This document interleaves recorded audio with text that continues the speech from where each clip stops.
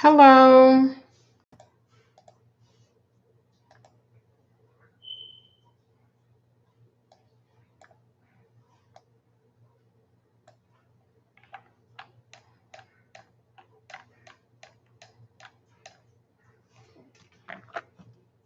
Hi.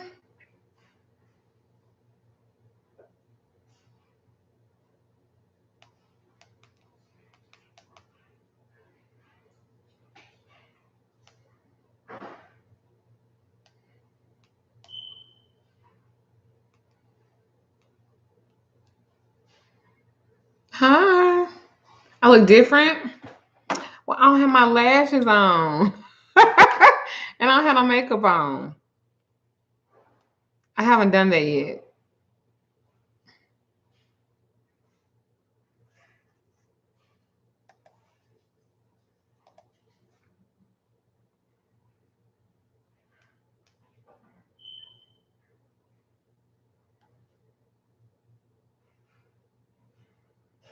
I look 16.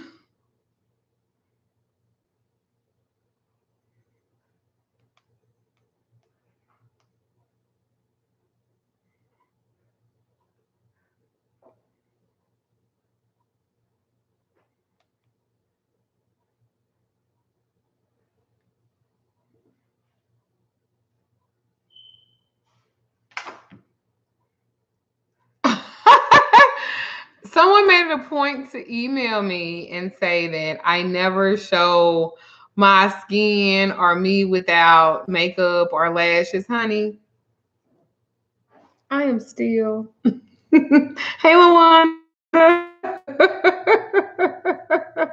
So I had to let her know, darling, this is me, sis, with or without. Thank you. Thank you. Thank you. Thank you. Well, thank you.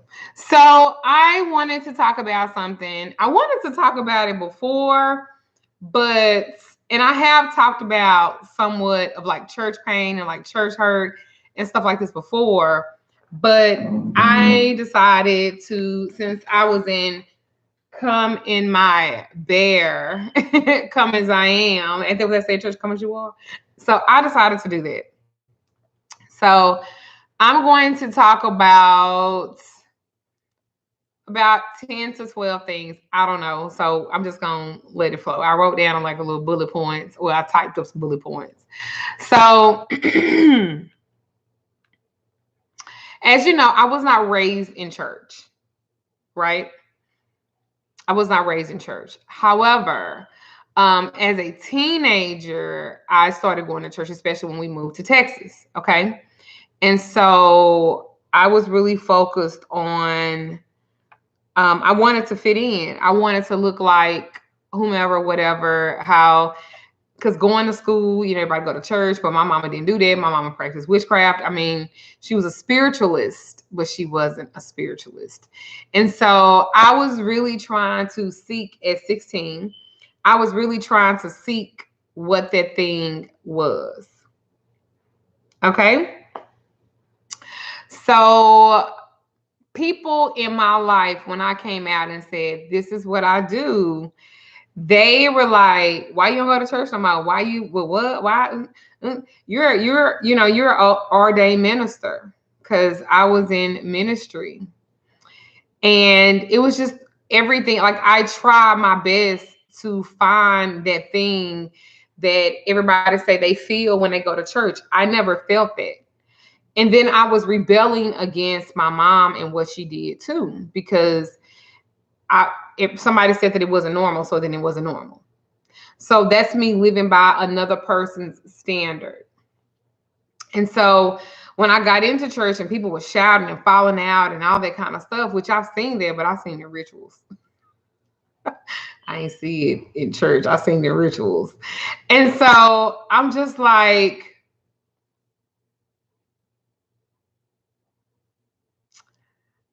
I don't find God there. I just didn't find God there. I'm just going to be honest. And that's probably one of the biggest reasons why I stopped attending church. Because if you're a regular church going Christian, you'll be thinking that I haven't tried enough churches. Or you'll be thinking that I haven't found the right denomination. Listen, sis, I have. I have tried Church of Christ, Church of God in Christ, Baptist, Pentecostal, becoming a Muslim. Also, I have studied um, the Mosaic Law. I have the Masonic Jew. I have studied so many different religions.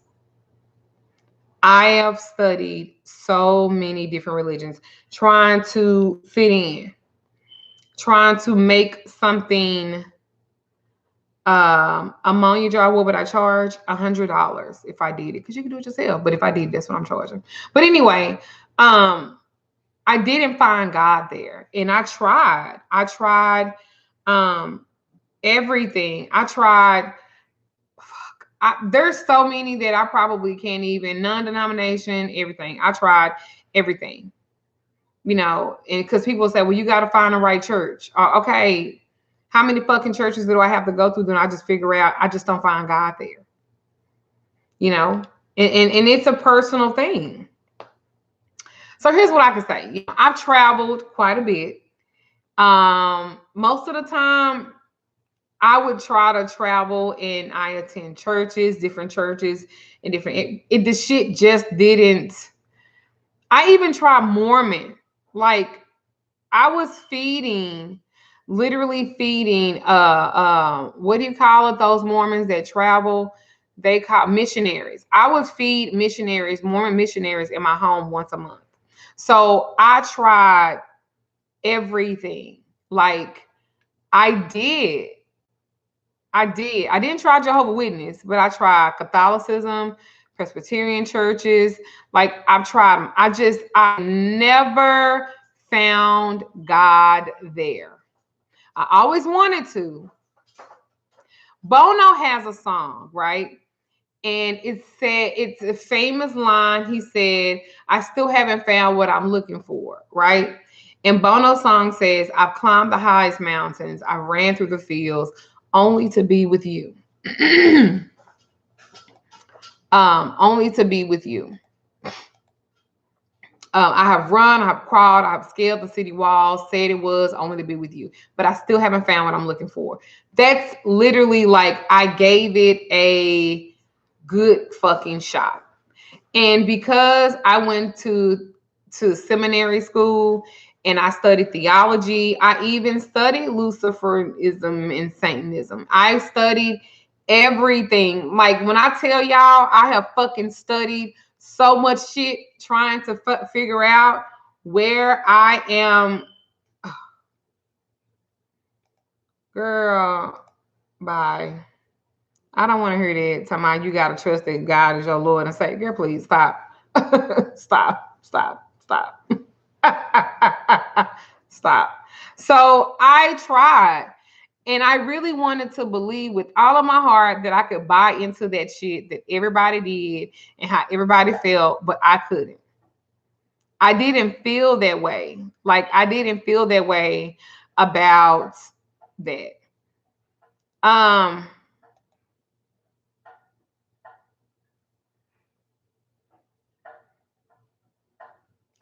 Did I say something wrong? um the most painful church hurt, and I've talked about this in another video before, is when I was having an issue with my sister, and my sister took it to the church, and because she paid more tithes than I paid, she was like a prayer person. I don't know what you call that, but she was like a prayer person, and the preacher allowed her to come in the pulpit and talk about me like I was a fucking dog. And she even cursed and called me a bitch. A prayer warrior, yeah. And she's supposed to be praying for the church, and this bitch is praying about me. And the pastor know what the fuck she doing and still letting this bitch do this in church. And I'm like, bro, like, you ain't gonna say nothing. And she let her make it because my sister was giving her like over $1,000 a week. She wasn't even paying her mortgage. She wasn't even paying her mortgage. She wasn't even paying her mortgage. Because I need you to get this. I keep repeating it for a reason. She wasn't even fucking paying her mortgage so she could pay into this church ministry. Oh, I'm just telling you what. Look, I only tell y'all my shit. You know what I'm saying? I only tell y'all my shit. What y'all story is, listen, I'm just talking about the shit that I done seen. You know what I'm saying? So I had to totally learn that I'm going to use the Bible. I'm going to use it for hoodoo when I do it. I'm going to use Psalms. I'm going to use Proverbs. I'm going to use Deuteronomy. I'm going to use Ecclesiastics when I need it. Listen, I know the Bible too, just like she do, because I was in church ministry too. I was in the praise and worship, which is conjuring the spirit. It's bringing God into the vessel, which is the church. But really, church is within you. I have a personal relationship with God because he can be called so many things.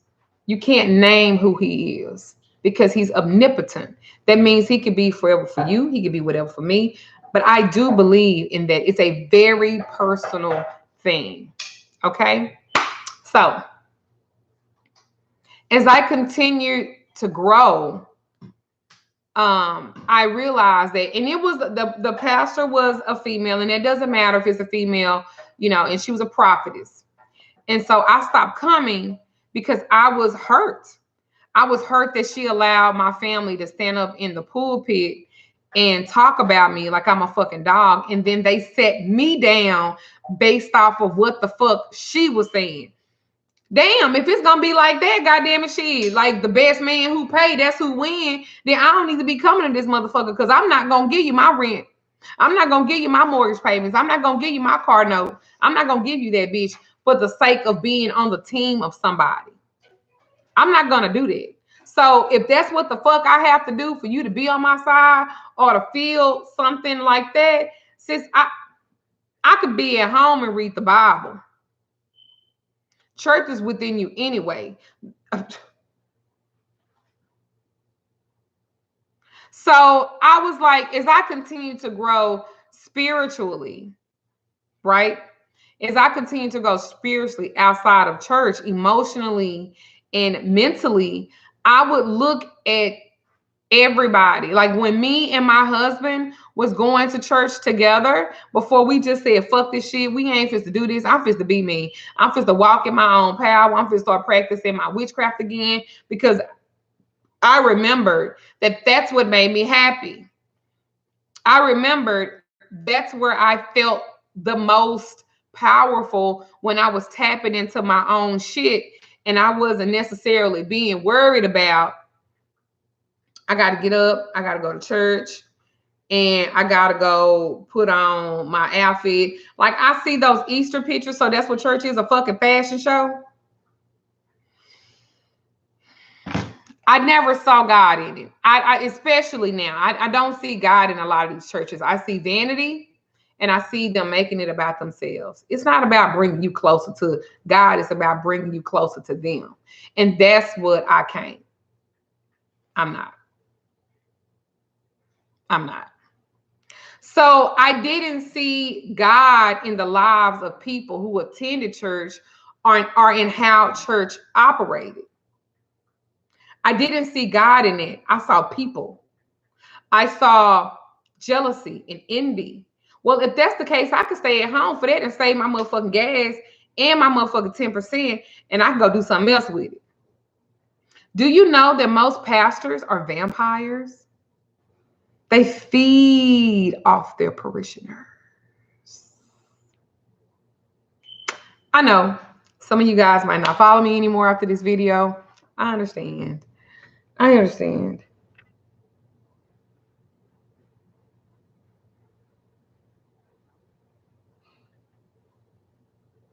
Wow, that's crazy. In the home, man. Yes, energy vampires. Yes. I have a story.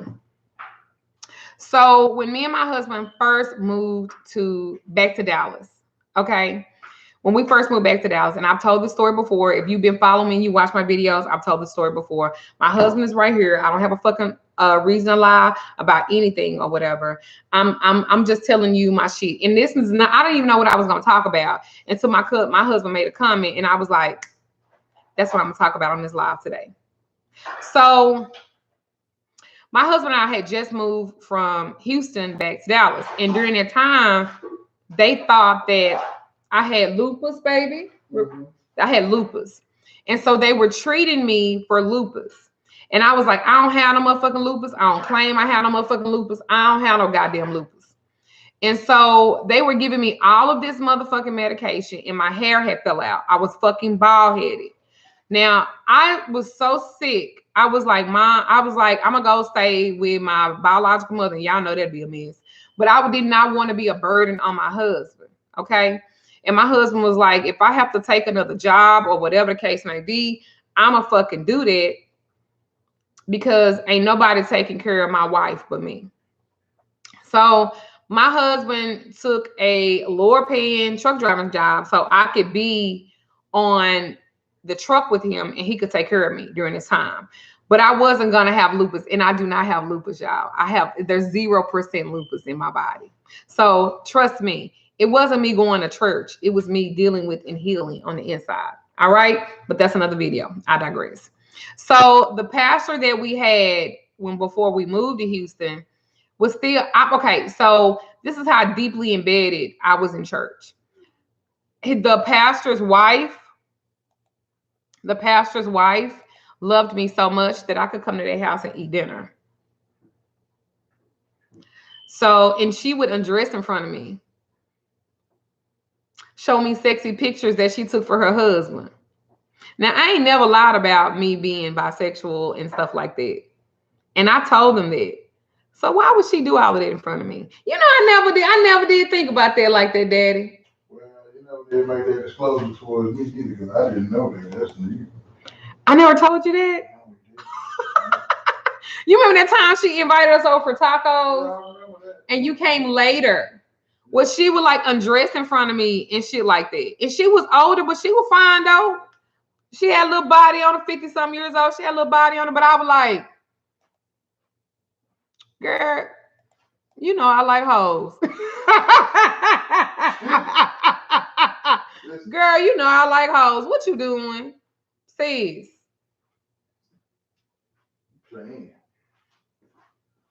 But anyway, so I just wanted to tell you how deep I was in church. I was so fucking deep in church that I was a part of the finance ministry. Now, during that time, I was like, I don't want to be a part of finance ministry. You know, I got in trouble for embezzlement and stuff like that. And he was like, I don't care about that. I trust you. And you are fine.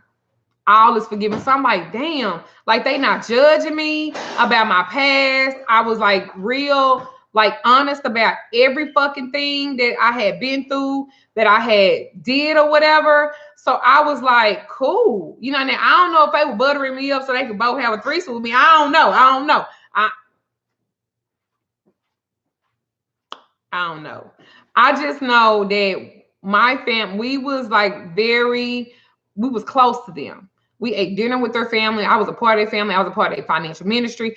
I was in the church, okay? So don't judge me, because I know what the fuck I'm talking about, because I was in the church politics of it all. Okay? So when we moved back to Dallas, and we had been back maybe like a couple of weeks. And so my pastor inboxed me and he was like, why haven't I seen you? And I was like, well, we just got back, Damon, we be over the road during the weekend. We come home on the weekend and stuff like that. And he was like, and I was like, things are kind of tight. We just moving back financially. Things are kind of tight for us, right? And so he was like, well, you need to come to church anyway, and I'm going to bless you. And I was like, well, Damon really ain't got no gas money for that. And we got to really, things are kind of tight for us right now. But, he was like, well, I want to see you anyway. So if I'm telling you that things are kind of tight, that Damon really don't have the gas money for stuff like that or whatever, you're still telling me to come anyway, and then you're going to bless us. I'm thinking that you might going to give us some money or something, or you're going to help us, because that's kind of like what you said. You know what I'm saying? So we go to church that Sunday, and this is why I say that pastors can be vampires. The experience of what I was going through, that's the same fucking thing he preached on. Was it not, Damon? The same fucking thing that he preached on. And I was like, Why the fuck he sitting up preaching about my situation? But that's what he used for his fucking sermon. I ain't tripped on it. I ain't tripped. I ain't tripped. I ain't tripped. So then when it's time to do like the offering and stuff like that, he was like, if you came here and you don't have any money and you could barely make it or whatever, and you barely made it here or whatever, he was like, put your hand up. Put your hand up and I'm going to bless you. So my husband crying because my husband's not prideful. What the fuck was that? My husband's not prideful, but my husband is not the one to ever ask anybody for anything. My husband don't do that.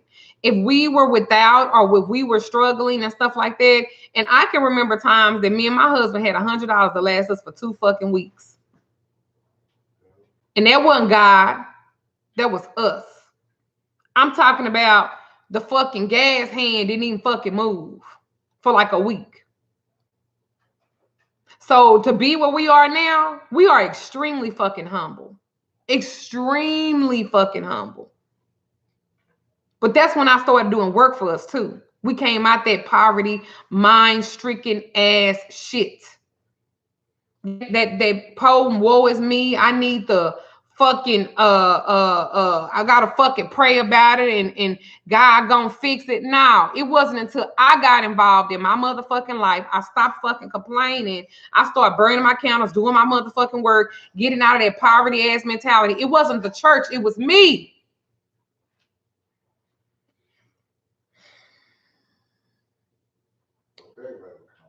Sorry, I get a little passionate. Okay. Sorry. Good, So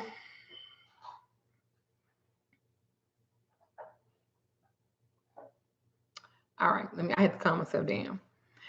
So we're sitting in church and he says, lift your hand up. My husband lifts his hand up. He gives my husband, he hesitated, and my husband had tears going down his face. He saw that I wasn't going to lift my hand up. He said, don't be ashamed. And then he saw that my husband was crying because my husband was like not wanting to do it. And he looked right at my husband. He was like, don't be ashamed. This is for you.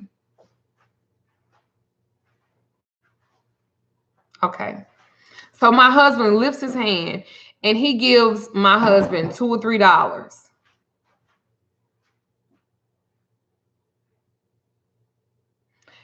And then he says, give it back in your offering.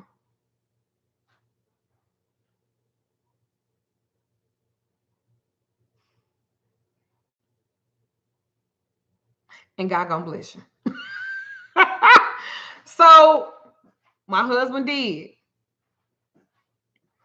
So at the end of church, what everybody do, you know, when you go to church and everybody's leaving the church, the pastor either stands in the front of the church or he stands in the back of the church for everybody to come around and be like, hey, pastor, I love you. And so he pointed to me for us not to leave to wait.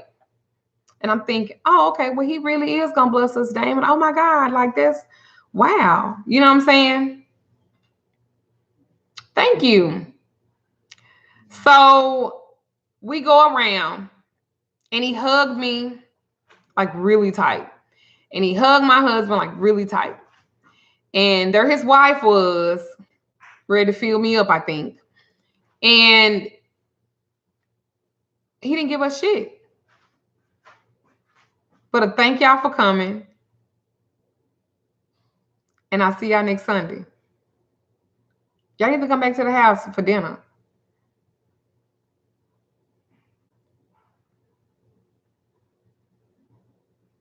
So I told you what my husband was going through.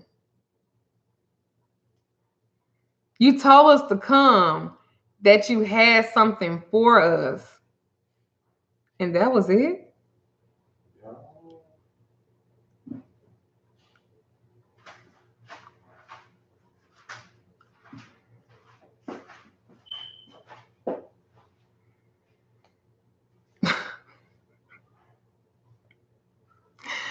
All right then.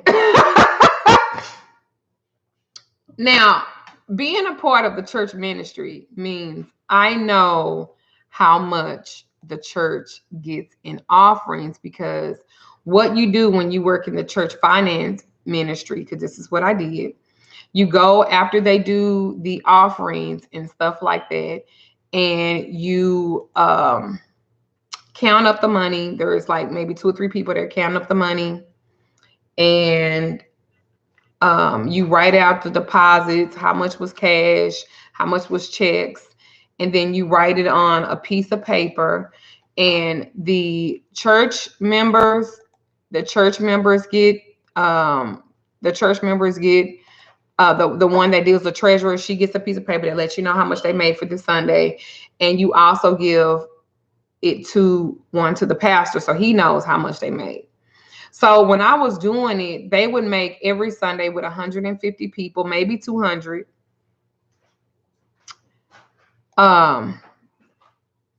Maybe 200 people. They would literally make anywhere from, what I tell you, one Sunday made like $6,000 off 150 people, $6,000. Wow. So anyway, it's not like he didn't have it to give me. Not saying that he had to give me anything. This is why I always plant seeds. This is why I always give to people. This is why I always help people. Because the church is supposed to be doing it. But they don't. Like, if the Bible says that he knows how many hairs that's on your head, that he knows what you need. But I told him specifically what we was doing. He knew I had been sick. He knew my husband, like,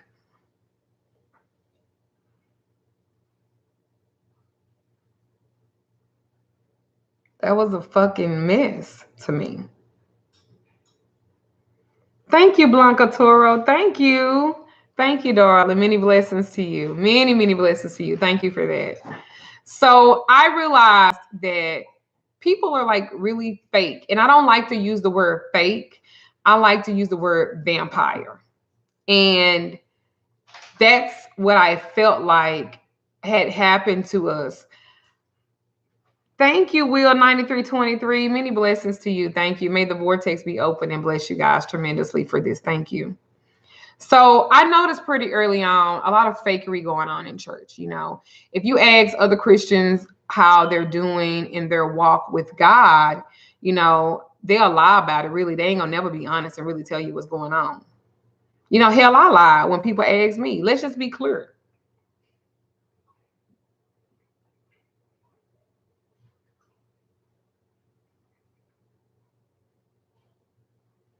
I mean, I ain't got shit to lose. Well, y'all already judge me anyway.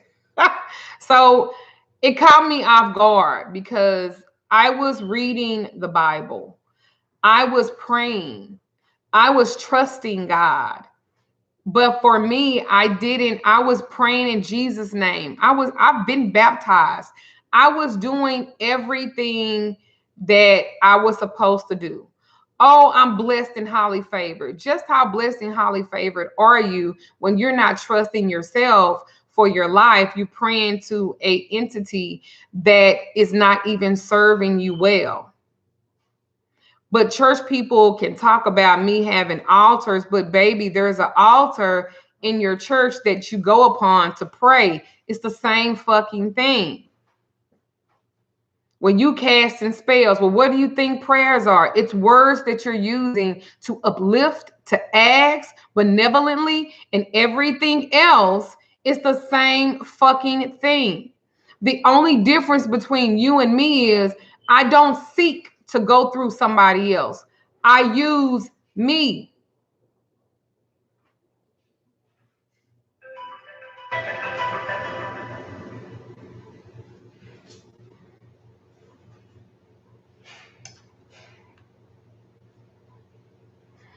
I learned that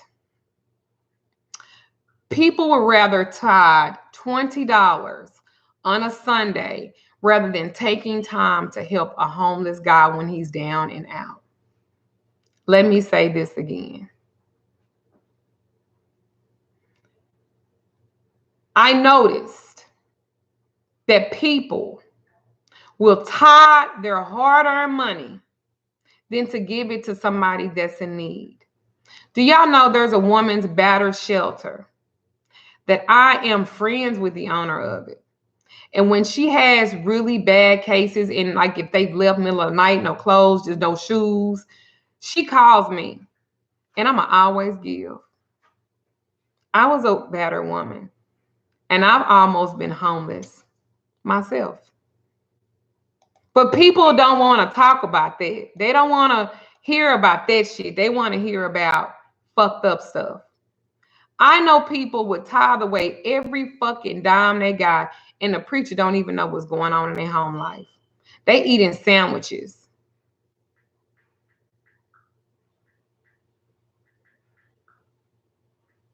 There's just a lot of lip service going on.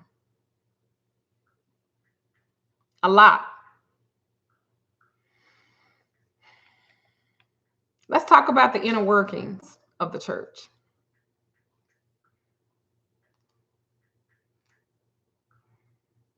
It's political. It's nepotism.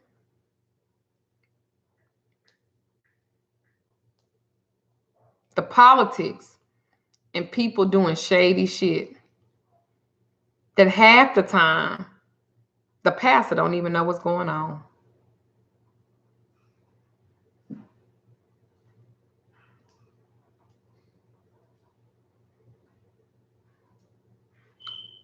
I'm just saying.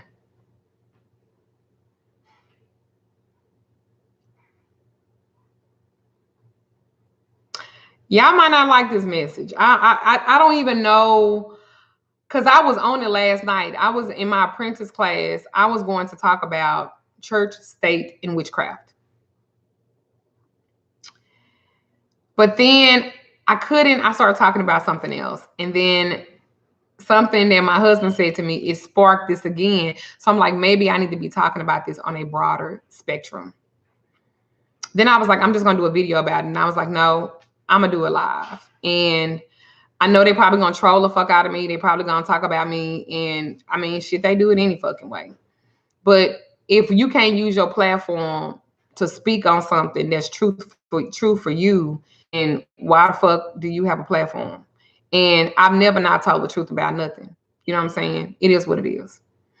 The inner workings of churches to me, and I'm going to say the churches that I've experienced, they're corrupt. They're about themselves.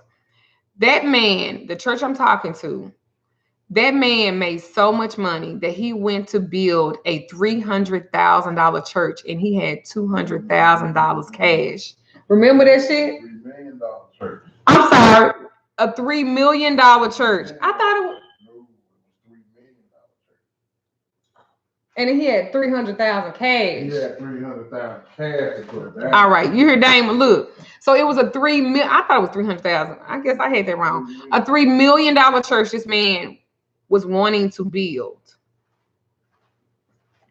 and he had $300,000 cash. Oh, $250,000 to put down on it.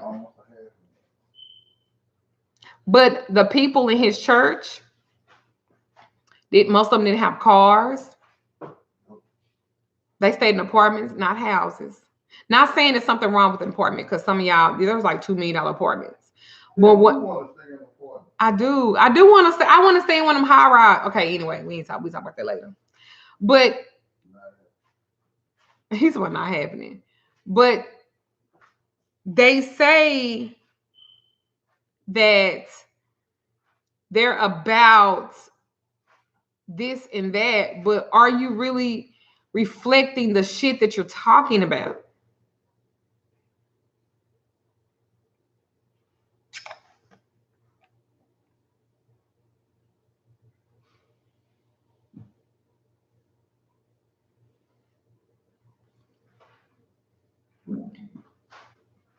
Are you really helping you're the shepherd? Are you really helping your sheep?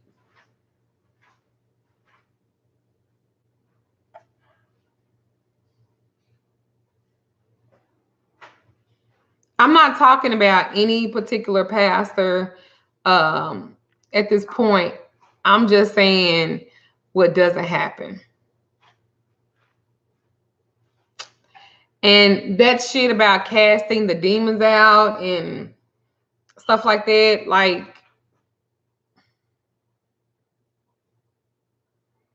it's so many people go to church one way and they leave the same way and they're never changing, and they've been going to church their whole fucking life and they've never changed. That's a fucking mess. That is a fucking mess. Whereas I'm evil, I'm satanic, I'm a devil worshiper because I'm teaching you how to stop complaining, stop looking for other people to do stuff for you, and find that shit within yourself. Deal with whatever you got to deal with. Deal with your root issues. You know what I'm saying? Whatever the fuck it is, find your magic, baby. And when you find your fucking magic, stay in it. Don't let nothing take you out of it. Because when I wasn't working my magic and I was sitting up there bitching and complaining about every fucking thing, I was empowering my issues and I wasn't even dealing with them because I'm like, I'm praying with God. I'm praying to God. I'm praying to God. I'm praying in Jesus' name. I'm saying it. I'm coming. I'm praying. I'm doing the work. Like, I don't understand. Like, why am I not getting it? I'm praying hard. And then they'll tell you that that's just God building you something up for something great. Bitch, I got to keep fucking suffering so God can bless me? Are you out your fucking mind? That the more I suffer here on earth, when I die, I'm going to go to heaven, and there in his heaven, there's many mansions, street paved of gold.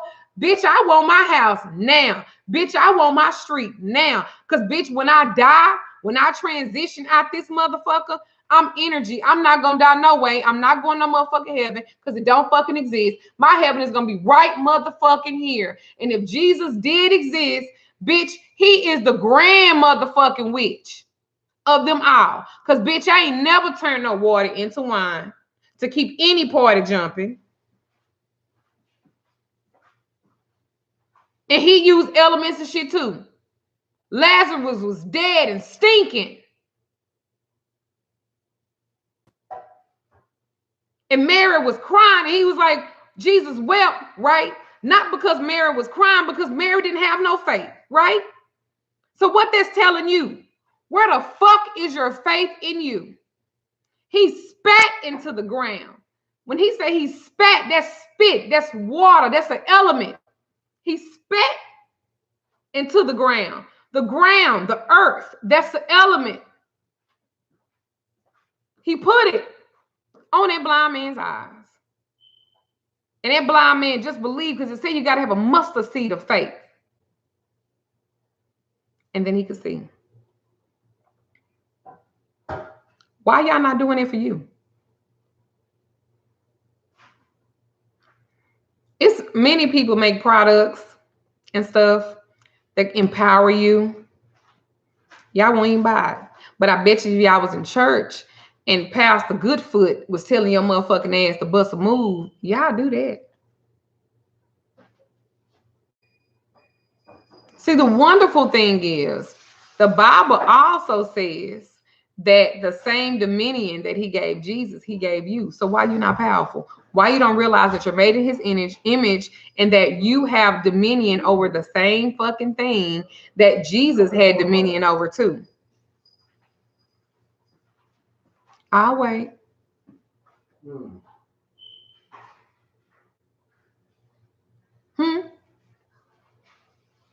I'll wait. Hey, baby. Where you been? Job searching. Oh. Y'all be happy to know I got the job starting Monday. Oh, shit. You say you got a job starting Monday? What? You pass drug test, nigga? How you do that? As much weed as y'all smoke, how the fuck y'all be doing it? Y'all be buying pills? I took it today. Sorry about that. My son got a job. Sorry. I'm just saying, y'all. The Ashley Furniture Warehouse up the street. Yeah. Oh shit, up the Yeah, street. walk-in interviews today. Went up there. Oh, that's so good, baby. I'm so give me a Well, hug. thank you, son. Give me a Pass hug. the drug. Mhm. Hope you pass the drug. He gonna probably get some TTP or something. He a professional weed head. You know them weed heads can pass drug tests.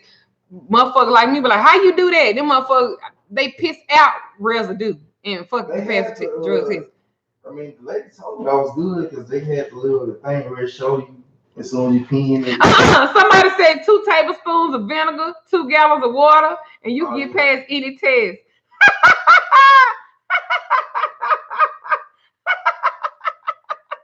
I fucking love y'all.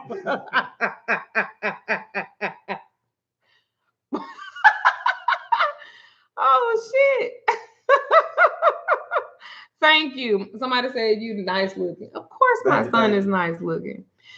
Yeah, he smoked every motherfucking day. Several motherfuckers, Serto and Gatorade. Somebody else said, look, all these weed smokers like, let me write this down. This video just got real. So I'm just saying, like, no, that ain't my brother. That's my baby.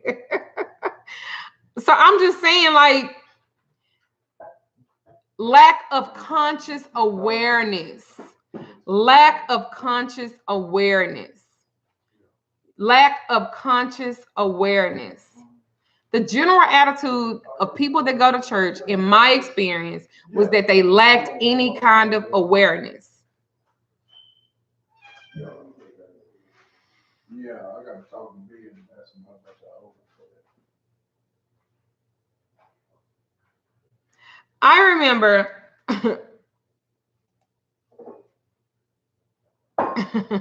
thank y'all. I remember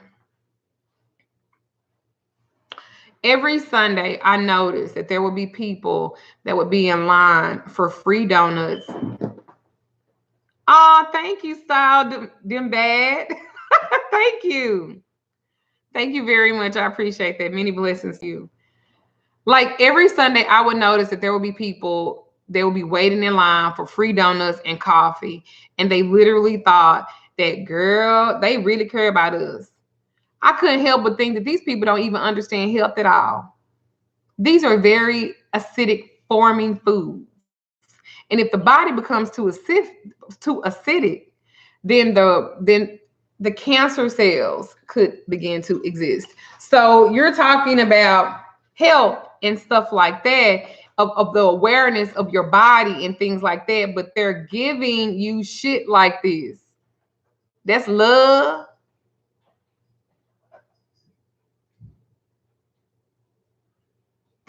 Stop. Then I would hear prayer requests about members that have diabetes and they have heart conditions. And I couldn't help but think that some of them might be caused by the very shit y'all sitting up feeding them when they first fucking come in the building.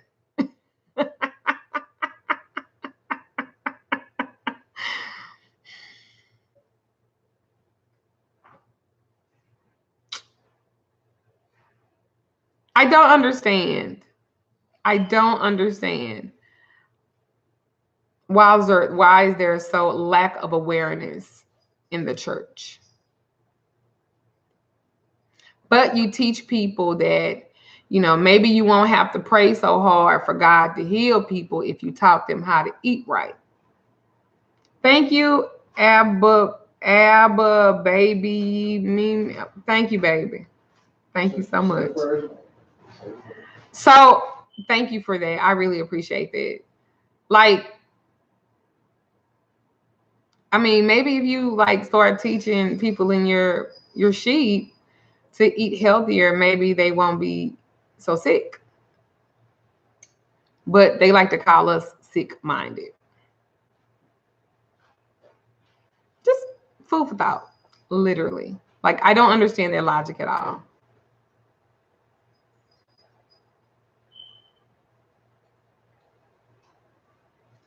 Think about it like this.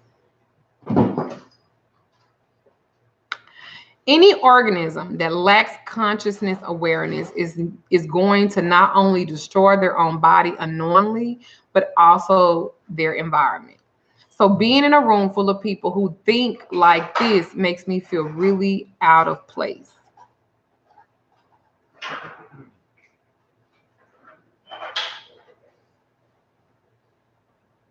But they love to say that Jesus gonna fix it. He gonna fix it.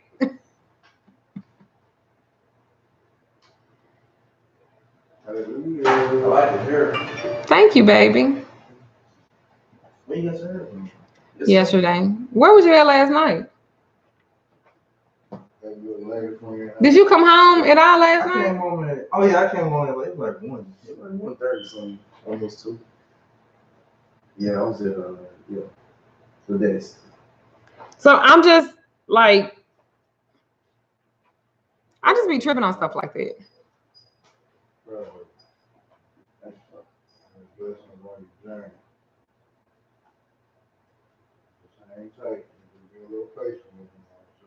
Like, isn't it okay to be a Christian who wants to save the planet, or a Christian who cares about health rather than eat disease forming foods and then rely on God to like bail you out? Like, I've even seen people like blame God for not healing them.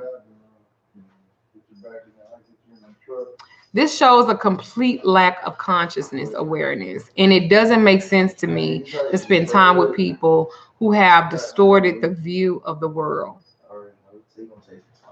But they are so quick to say that we are brainwashed. Okay. Oh shit. I'm gonna be on the cherry picker going up. Judgment. Can we talk about it? Can you give me another water? I'm hungry. Y'all want to go to lunch? Oh shit, I got appointments. I didn't. I'm gonna order some Ubies now. I think I just want like the chicken and rice, something kind of light. And then if they deliver here. Thank you, sweetie.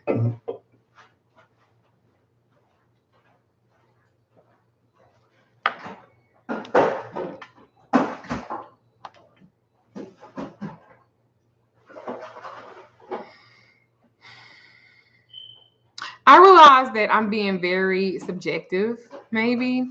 And just because I've experienced these things while going to church doesn't mean what I'm saying is right or you should follow what I'm saying.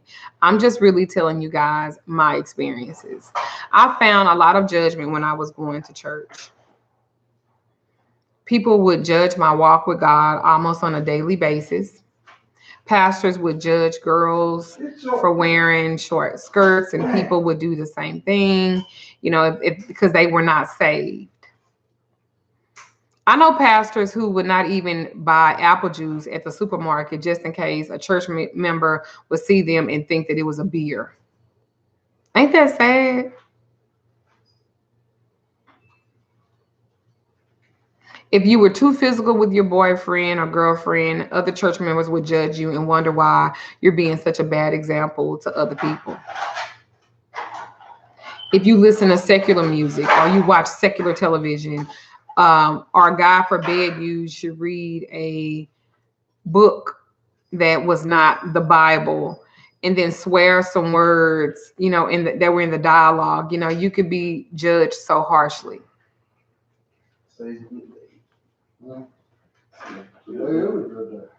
On top of all that judgment, I found that there were a lot of competition. A lot of competition in the church as to who could act the most spiritual, who read the most chapters in the Bible, how long they prayed each day, were all the areas where you could be judged. I knew I was being judged by other people, and they think that my walk with God was less than theirs. And as a result of that, I tried harder to do more things that made it look like I was more of a Christian. I started judging myself because I believed all of their lies. Move. Kitty. After a certain amount of time, there's only so much judgment one can endure. And it's a really sad place to be in. And I really feel for people who feel like they're stuck in that kind of environment.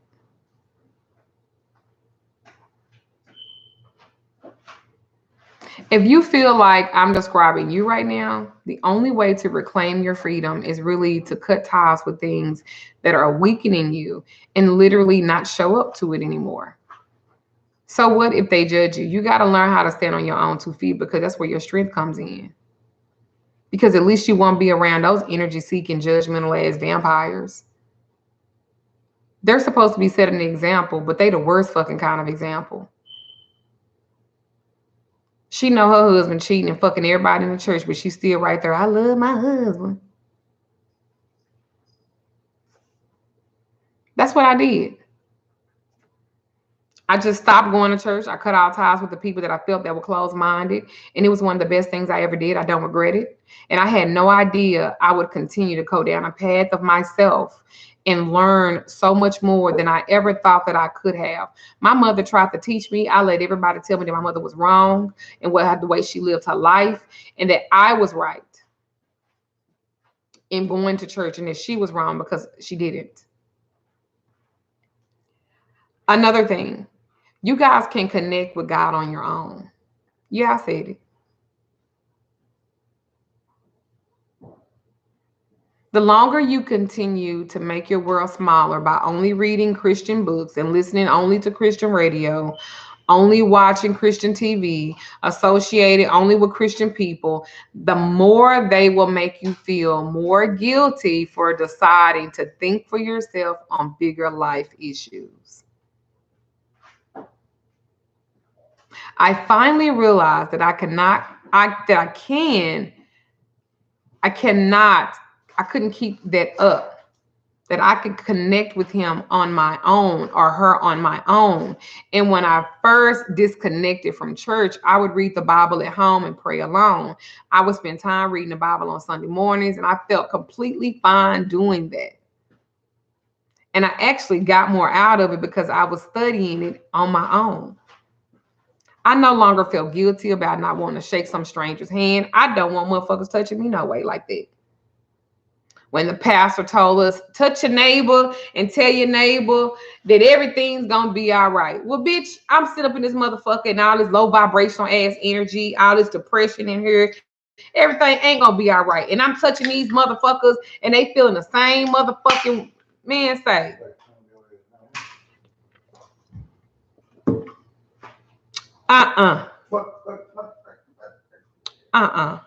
Touch your neighbor and tell them and grab them by the neck and slap them on the back and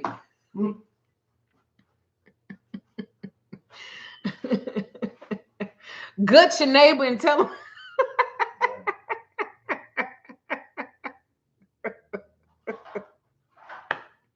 Touch the elbow of your neighbor. I ain't doing a motherfucking thing.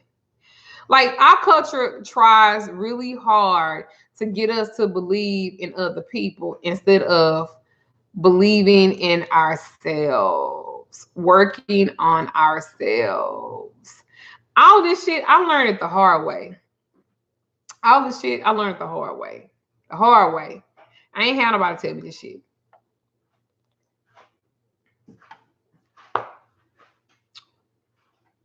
I didn't.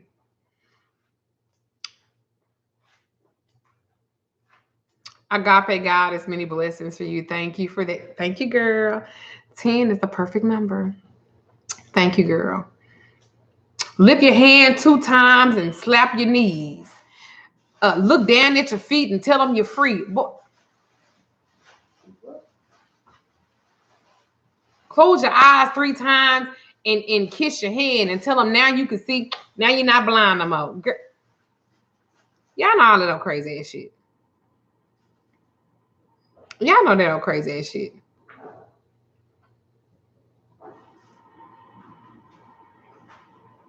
Ugh. Dependency.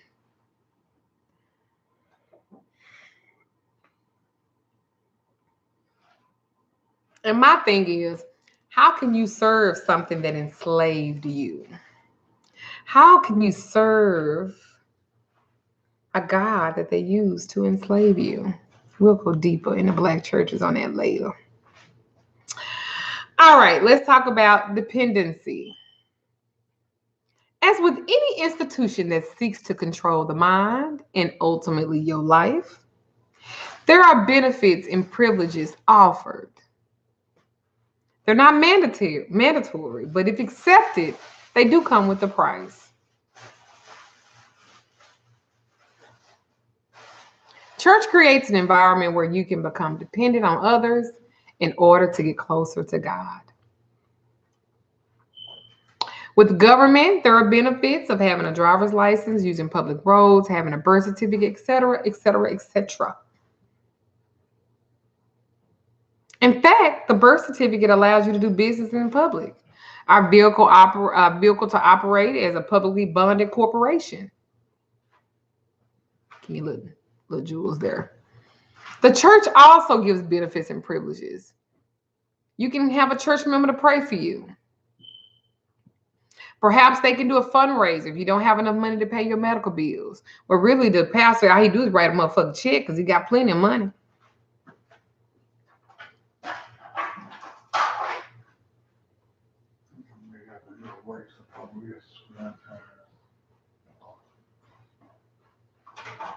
The problem is that if you're a regular member, you also get to be the receiver of the judgment of others. And oftentimes you get roped into commitments that you don't have time for, but you feel guilty if you don't participate. There's always a give and take.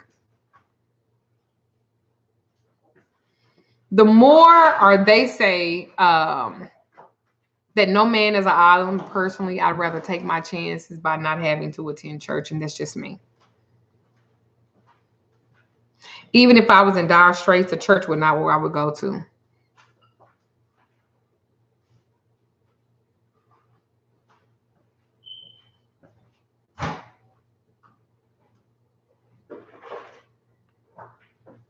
It's not conducive to the maturation of an organism to have unhealthy dependency on institutions to take care of your basic human needs. It's up to you. Granted, it's nice to have people when you're in a pinch, but to live with that kind of dependent mindset for a long term, in my opinion, is not a healthy way to live.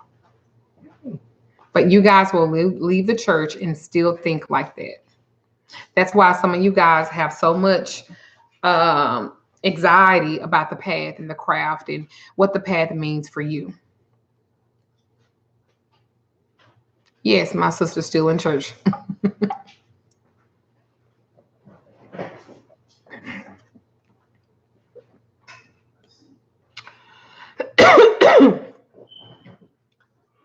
Excuse me. Another thing too is you're not learning anything new, and it is not challenging you.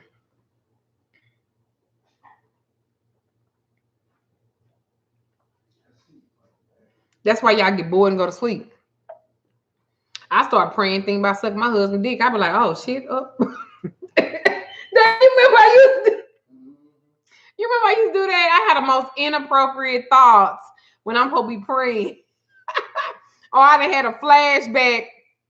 We were having sex before we got ready to go to church. I'd be like, and Jesus, oh, wait a minute. Wait a minute.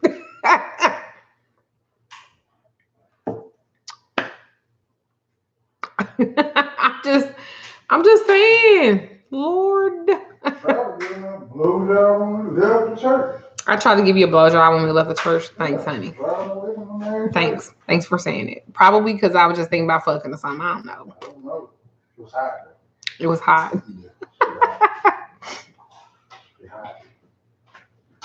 I'm a person that, after reading the Bible twice, from cover to cover, on my own, as well as going through it verse by verse with 5,000 series and 7,000 series, I felt like I learned a lot. And I stated before, I've attended a whole bunch of churches and I didn't study theology.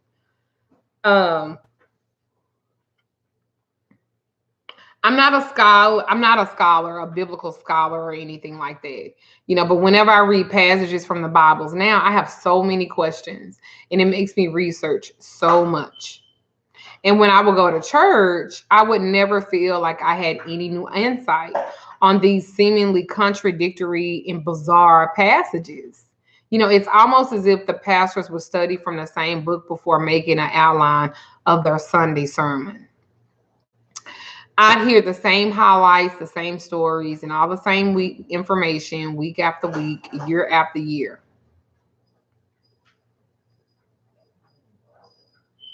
And it wouldn't matter what church I attended, it was always kind of like the same.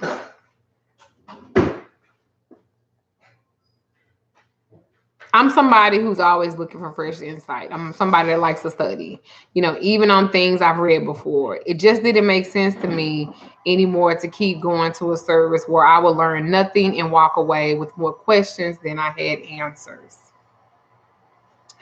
Another reason, I'm going to have to do this like in 2 parts because I got to go. I got to get on my readings. So this is just, I think I'm going to do it as part 1 because it's already been an hour and I didn't want to go this long, but I did. I'm going to do another video. I'm going to do another live. Yeah, I am on this subject because this is a great subject and I didn't even hit the meat of it. But I just want you guys to know that I want you to feel encouraged no matter what.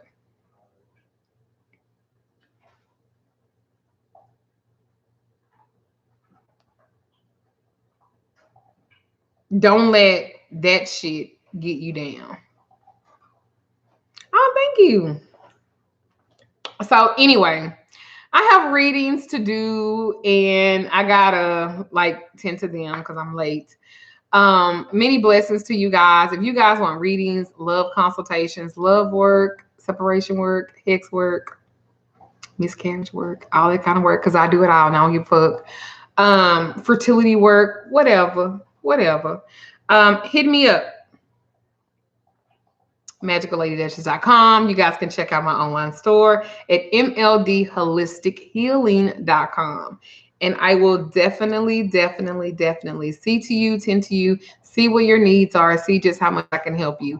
If you have any type of confusion about the path and where you're supposed to be, listen, I will help you. I don't think that I'm the best and that I know it all, but I done been there. Even everybody that comes into my apprenticeship, I don't care how long you've been doing it, I make everybody start together at the basics, the foundations. I will help you too. I don't think I know it all. I don't think I'm so perfect. I don't think I'm so whatever. But I grew up in this.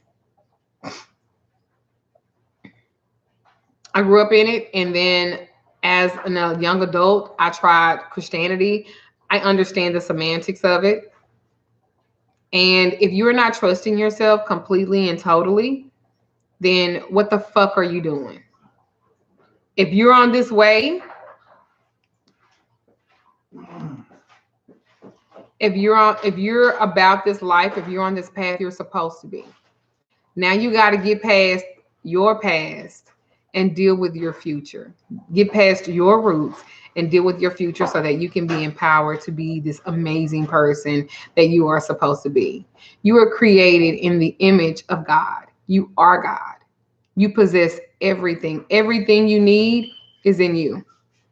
And that doesn't mean that I have to solidify something in you or anybody else. It's you. You were born with it. It's all about who you are. It's you. I hope you guys enjoyed this. I hope you guys like, share, subscribe to my channel. I would appreciate it. Let people know. And don't be embarrassed about who you are and being ashamed. And stay clean, guys. And what I mean by clean, keep a clean soul, keep a clean heart. Stay clean. I love you guys. Ashe.